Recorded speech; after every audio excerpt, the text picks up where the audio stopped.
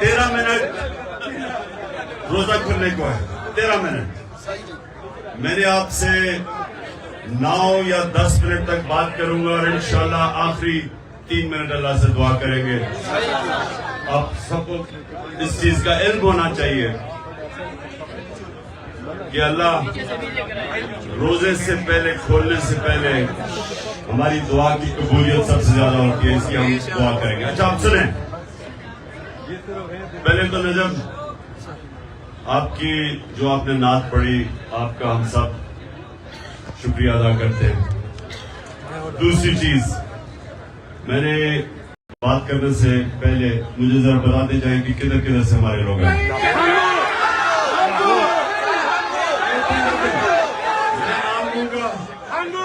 میں نام لوں گا, آپ نے بتانا. لاہور, لاہور, رحیم یار خان. اچھا زیادہ ہے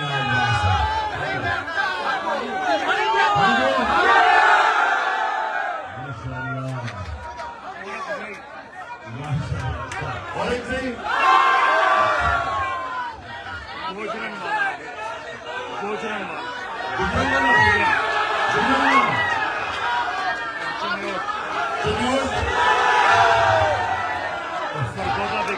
سرگودا ہے, سرگودا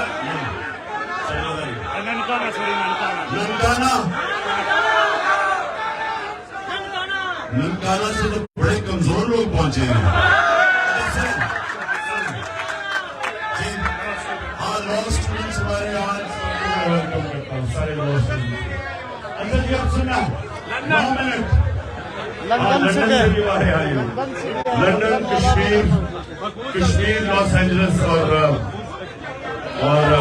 ساجد ویلکم. اچھا جی سنیں آپ پلیز, خاموشی. آپ دیکھیں آپ یہ میں جو کوئی اسلام کا اسکالر نہیں ہوں, لیکن میں اپنے زندگی کے تجربے سے جو میں سمجھاؤں اپنے دین کو, میں آپ کے سامنے اس کی چھوٹی سی چیز رکھتا ہوں. دیکھیں لا الہ الا اللہ, جب آپ یہ آزادی کا دعویٰ کرتے ہیں کہ اللہ تیرے سوا کسی کے سامنے نہیں جھکتے. ایک شعر ہے کہ ایک سجدہ جس کو تو گراں سمجھتا ہے دیتا ہے ہزاروں سجدوں سے نجات. کہ ایک سجدہ جس کو انسان مشکل سمجھتا ہے وہ ہزاروں لوگوں کے سامنے سجدے کرنے سے انسان کو آزاد کر دیتا ہے. تو جو اندرونی آزادی ہے وہ لا الہ الا اللہ دیتا ہے. جو معاشرے کی آزادی ہے وہ انصاف دیتا ہے. اور جب ایک انسان اندر سے بھی آزاد ہو جائے اور اس کو انصاف معاشرے کو بھی آزاد کر دے تو وہ پھر وہ انقلاب آتا ہے جو مدینہ کی ریاست میں میرے نبی صلی اللہ علیہ وسلم لے کے آئے. دنیا کی تاریخ میں کبھی ایسا بڑا انقلاب نہیں آیا. یہ میں اب تاریخ کا آپ کو بتا رہا ہوں, تاریخ کا میں طالب علم ہوں. 625 جنگ بدر, 313 لوگ. 11 سال کے بعد 636, جو اس وقت کی سپر پاور تھی بیزنٹائن ایمپائر, جس کو رومن ایمپائر بھی کہتے ہیں, 636 میں 11 سال کے بعد رومن ایمپائر جس کی فوج 1 لاکھ تھی, خالد بن ولید کی جنرل شپ کے اندر 11 سال کے بعد یارموک میں وہ گھٹنے ٹیک دیتی ہے. یہ تاریخ کا حصہ ہے. ابھی کوئی 9 منٹ رہ گئے, اپنے غور سے سنیے کیونکہ میرا کام ہے آپ سب کی تربیت کرنا. یہ تاریخ کا حصہ ہے کہ یہ جو میں آپ کو لا الہ الا اللہ کی پاور بتا رہا ہوں, جو ہم سارا وقت کلمہ پڑھتے اور سمجھتے نہیں ہیں, کیونکہ ہم آزاد ہی نہیں ہوتے کلمہ پڑھ کے. اس کا مطلب کلمہ اندر نہیں ہمارے گیا. یہ تاریخ کا حصہ ہے کہ 313 تھے صرف جنگ بدر میں، اور 11 سال کے بعد 636 رومن ایمپائر قدسیہ کے اندر خالد بن ولید کی لیڈرشپ کے اندر جنگ ہار جاتا ہے. 1 لاکھ ان کی فوج تھی، اور اس سے اگلے سال جو دوسری سپر پاور تھی وہ قدسیہ میں 637 میں جنگ ہار جاتی ہے. 2 سپر پاورز 12 سال کے اندر مسلمانوں کے سامنے گھٹنے ٹیک دیتی ہے. یہ ہے پاور لا الہ الا اللہ کی. کیونکہ وہ جو عرب جن کی کوئی حیثیت نہیں تھی، ان کو نبی صلی اللہ علیہ وسلم جو دنیا کی تاریخ کے سب سے عظیم لیڈر، نہ کوئی آیا نہ آ سکتا ہے، انہوں نے ان لوگوں کو آزاد کیا، معاشرے کو آزاد کیا، عدل اور انصاف دے کے. جب انصاف ہوتا ہے تو انسان برابر ہو جاتے ہیں. یعنی جب ایک کمزور آدمی کو انصاف کا نظام اس کی حفاظت کرتا ہے طاقتور کے مقابلے میں، وہ آزاد ہو جاتا ہے. اور آزاد لوگ ہی اپنی آزادی کے لیے کھڑے ہوتے ہیں. غلام لوگ آزادی کی جنگ نہیں لڑتے. جو افغانستان اور یہ جو اوپر ہمارا قبائلی علاقہ، یہ سارا جو علاقہ تھا، جو بھی فتح کرنے آتا تھا ہندوستان، وہ جب افغانستان سے نکلتا تھا اور یہ جو ہمارا قبائلی علاقے سے نکلتا تھا، جدھر آپ یا ہنگو وغیرہ کے لوگ بیٹھے ہوئے، خیبر، ادھر سے جب نکلتا تھا تو وہ سیدھا جاتا تھا دلی پانی پت میں. ایک جنگ ہوتی تھی، بیچ میں کوئی لڑتا نہیں تھا، ان کو کوئی روکتا نہیں تھا، اور جو جنگ جیتتا تھا اس کا وہ حکمران بن جاتا تھا. اور افغانستان 3 سپر پاورز اس کو فتح نہیں کر سکی. کیا وجہ ہے؟ کیونکہ ان کا جو نظام ہے، ادھر لوگ آزاد ہیں، جس کو فیوڈل سسٹم کہتے ہیں. فیوڈل سسٹم کے اوپر جو طاقتور بیٹھا ہوا ہے، اس کے نیچے لوگ غلامی کرتے ہیں. تو ہندوستان میں کیوں نہیں کوئی لڑتا تھا؟ کیونکہ وہ پہلے غلام تھے.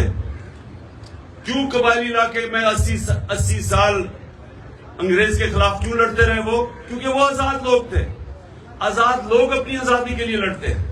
افغانستان میں کیوں کسی سپر پاور کی غلامی نہیں قبول کی؟ کیونکہ لوگ آزاد ہیں. تو ہمارا اس وقت پاکستان میں جو جنگ ہے وہ آزادی کی ہے، حقیقی آزادی کی. آزادی آتی ہے انصاف سے. جب کیوں قبائلی علاقے کے اندر اور افغانستان میں کیوں لوگ آزاد تھے؟ کیونکہ ان کا جو جرگہ سسٹم تھا وہ لوگوں کو انصاف دیتا تھا. جو ایک جرگہ جس کو لا میں جو جوری سسٹم تھا، جوری سسٹم کے اندر جوری سسٹم یہ ہوتا تھا کہ طاقتور کمزور کو سامنے بٹھاتے تھے اور انصاف ہو جاتا تھا. لوگ آزاد تھے. یہاں جو چودھری تھا وہ قانون سے اوپر، جو بیچارہ نیچے، اس کو انصاف نہیں ملتا. لوگ غلام تھے. تو یہ جو ہماری ابھی جنگ ہے وہ آزادی کی ہے. ہم نے انصاف لینا ہے.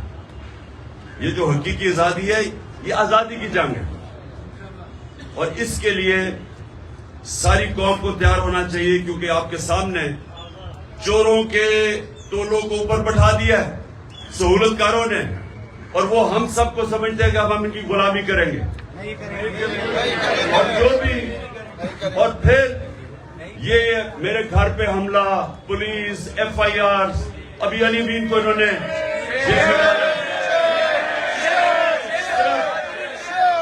صرف لوگوں کو یہ بتانے کے لیے کہ ہم آزاد نہیں ہیں، ہم جانور ہیں، جدھر مرضی یہ چاہے ہم جانوروں کو ادھر ڈنڈے مار کے کر دیں گے.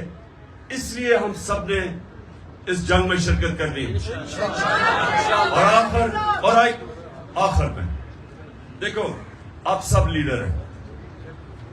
ہم سب لیڈر کیوں ہیں؟ کیونکہ ہم اللہ کی سب سے عظیم مخلوق، اشرف المخلوقات ہیں. ہمیں سمجھ نہیں آتی کہ اللہ نے ہمیں کتنی صلاحیتیں دی. جب اس نے اللہ نے فرشتوں کو کہا کہ انسان کے سامنے جھکو اور ابلیس نے کہا کہ یہ تو میں آگ کا ہوں اور یہ مٹی کا ہے, تو اللہ نے فرشتوں کو کہا کہ تمہیں بھی نہیں پتا کہ میں نے کتنی انسان کو صلاحیت دی. ہمیں انسانوں کو بھی نہیں پتا ہمارے پہ کتنی اللہ نے کتنی نعمتیں بخشی, کیونکہ ہم اپنی صلاحیتوں کو آزماتے ہی نہیں ہیں. سب سے بڑا رکاوٹ اپنی صلاحیتوں کے پر پہنچنے کے لیے وہ ہے خوف. یہ جو لا الہ الا اللہ ہے, سب سے بڑا جو بت یہ توڑتا ہے وہ خوف کا بت ہے. قرآن کی آیت ہے, جو لوگ ایمان لے آئے میں ان کے خوف دور کر دیتا ہوں, کیونکہ خوف رکاوٹ ہے انسان کی آزادی میں. یزید کے خوف کی وجہ سے کوفہ کے لوگوں نے حضرت امام حسین کی مدد نہیں کی. پتا تھا ان کو کہ حضرت امام حسین راہ حق پہ ہیں, لیکن اس کے خوف, اس کے ڈر کی وجہ سے, خوف کے بت کی پوجا کرنے کی وجہ سے انہوں نے اسلام کا اتنا بڑا سانیہ ہونے دیا. اس لیے جو لیڈر ہوتا ہے وہ اپنے خوف کے اوپر قابو پاتا ہے, نہیں تو بزدل آدمی لیڈر نہیں بن سکتا, وہ نواز شریف بن جاتا ہے. جو